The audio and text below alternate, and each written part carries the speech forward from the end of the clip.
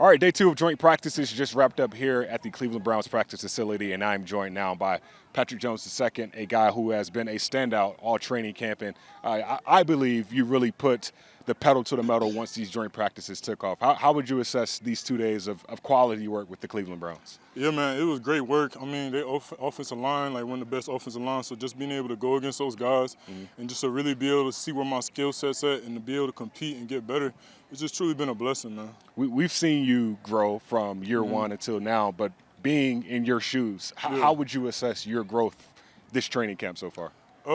First and foremost, I'd say my growth, besides physically, probably with my relationship with God. I feel like that's something that I really took a step forward this whole year and just been able to just get closer with God. And I feel like that just helped me propel everything in my life.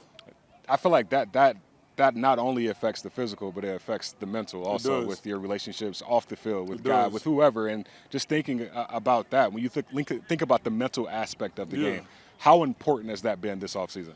It's the most important thing because your body can only be as strong as your mind is. So when I feel like I can strengthen my relationship with God, that strengthened my mind and I strengthened everything else.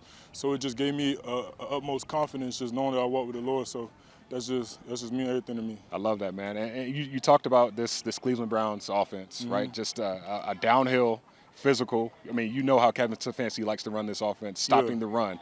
How important has that been for you being in multiple positions? Yeah, I mean, stopping the run, like we go back to that mentality. That's what it's all about, mentality. So when it comes to the run, you know you got a team that's physical and running the ball. You got to get your mind right. You got to go in there and play ball.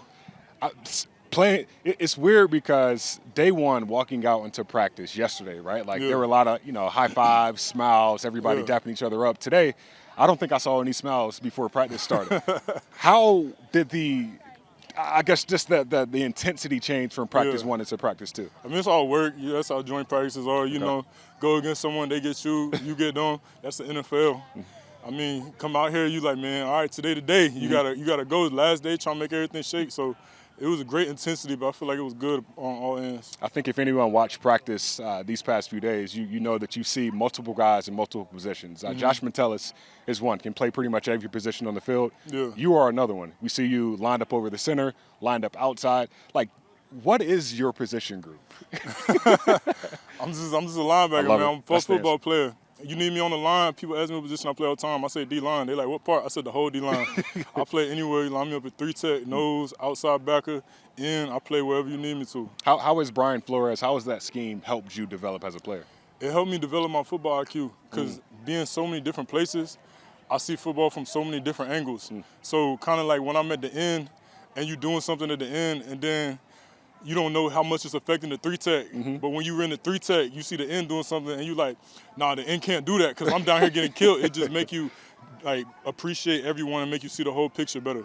Man, that only slows the game down, right? Yeah, it does. Like, how has the game slowed down, given the fact that you've played multiple positions? Yeah, it slowed down. It slowed down immensely. Like I could see stuff that I felt like I could see stuff that I ain't never seen before. Like when I'm lined up on the outside, I could see it. I'll look at the tackle just from being at the 3. I mean, of course I'm looking at tackle, but I look at the tackle differently, like, because I know if I'm at 3-tech and the tackle looking at me, I know I'm about to get he either gonna come down hard on me or I might get a double. So when I'm at the end to see that tackle looking down, I know he coming down hard on that 3. So I know I got to squeeze and I got to be able to play that.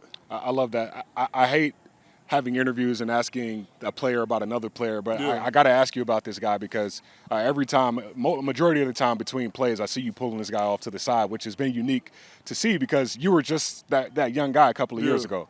Dallas Turner, a guy that can play multiple positions.